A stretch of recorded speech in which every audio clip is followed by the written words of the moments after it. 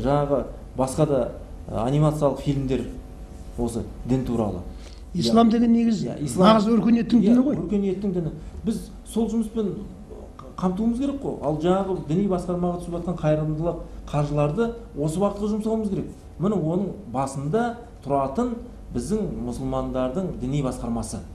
Осы жұмысты енді жүйеге келетін кез келді. Жүйелейтін. Себебі біз тек қана жаңағы біз анамен мына дінмен күресу керек, ана дінмен күресу деу. Ал енді ол жұмыс бұл бір бағыттағы жұмыс. Ал енді мына жұмыстағы насихат күшейту, адамзаттық қоғамның санасын ояту, оның белсенділігін арттыру, насихат жұмысын жүргізу, енді ол әрбір азаматтың парызы ғой, әрбір мұсылманның парызы ғой.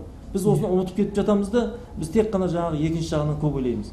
Міне сондықтан да жаңағы оңай жағын ойлаймыз. Иә, сіздің сұрағыңызға нақты жауап осы болу керек деп ойлаймын. Енді мен осы жерде тағы сіздердің пайдаланып айтқым келіп отыр.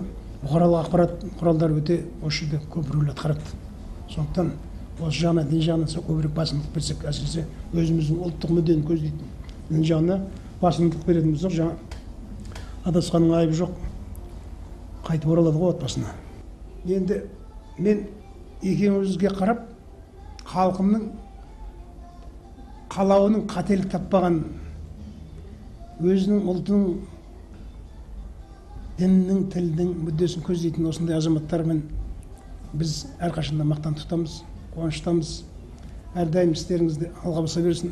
Отбасыларыңызға амандық тілеймін, өздеріңізге зор денсаулық тілеймін.